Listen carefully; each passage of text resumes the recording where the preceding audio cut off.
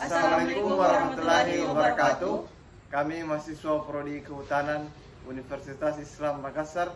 Di sini kami akan mempresentasikan tugas dari mata kuliah Ilmu Hutan Kota yang berjudul Manajemen Hutan Kota. Saya atas nama Ismail. Saya atas nama Putri Alivia. Saya atas nama Muhammad Isrul Musliminsyah. Baik, saya pemateri pertama menjelaskan definisi manajemen hutan kota. Manajemen hutan kota adalah serangkaian upaya pengelolaan dan pemeliharaan kawasan hutan yang berada di dalam atau di sekitar wilayah perkotaan. Adapun beberapa manfaat utama hutan kota antara lain, yang pertama yaitu menjaga kualitas udara. Pohon-pohon di hutan kota menyerap karbon dioksida dan menghasilkan oksigen, sehingga membantu memperbaiki kualitas udara.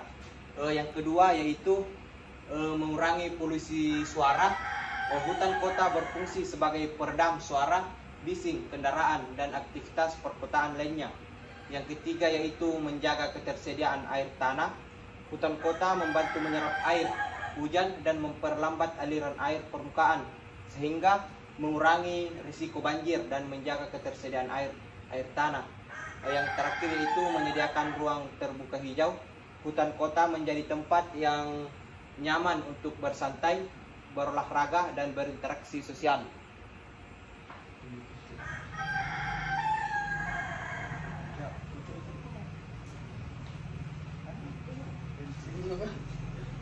Jadi aspek-aspek dalam manajemen hutan kota, yang pertama itu ada perencanaan. Di sini perencanaan membuat perencanaan pengelolaan hutan kota yang komprehensif, mulai dari penentuan jenis tanaman, tata letak, hingga sistem pengairan. Yang kedua itu ada penanaman. Ketiga ada pemeliharaan.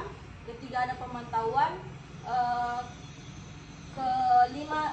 Kelima itu ada pemanfaatan, dan yang terakhir itu ada sosialisasi. Nah, di sini sosialisasi melakukan sosialisasi kepada masyarakat tentang pentingnya menjaga kelestarian hutan kota. Next. Nah, adapun tantangan dalam manajemen hutan kota, yaitu yang pertama kurangnya kesadaran masyarakat.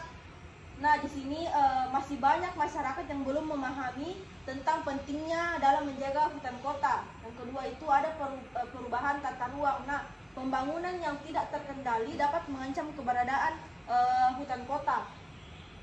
Yang ketiga itu ada anggaran yang terbatas. Nah, pengelolaan hutan kota yang membutuhkan biaya yang cukup besar dalam pembuatannya. Yang terakhir itu perubahan iklim. Nah, perubahan iklim dapat mempengaruhi pertumbuhan dan kesehatan pohon. Kita lanjutkan ke presentasi yang ketiga, materi yang ketiga itu Mail. Berikut prinsip manajemen hutan kota. Itu secara umum ada 3. Partisipasi masyarakat itu sangat dibutuhkan, bagaimana melibatkan masyarakat dalam perencanaan, bahkan hingga ke pengelolaan sampai ke pemanfaatan hutan kota itu sendiri. Prinsip pendekatan ekosistem juga dibutuhkan sebagai pengelolaan hutan kota sebagai satu kesatuan ekosistem yang secara utuh harus dilihat. Nah, ada juga prinsip berkelanjutan untuk memastikan hutan kota dapat dinikmati oleh generasi yang mendatang. Next. Nah, ini contoh manajemen hutan kota di Indonesia. Ada di Babakan Siliwangi, atau biasa disebut Baksil. Itu di Bandung, yang populer dengan luas 3,8 hektar.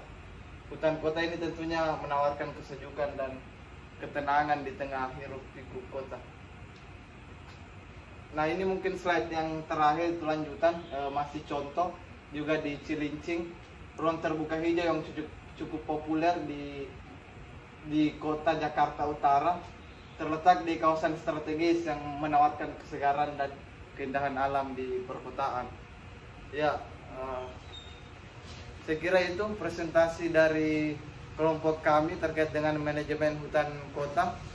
Terima kasih atas kesempatan. Assalamualaikum warahmatullahi wabarakatuh.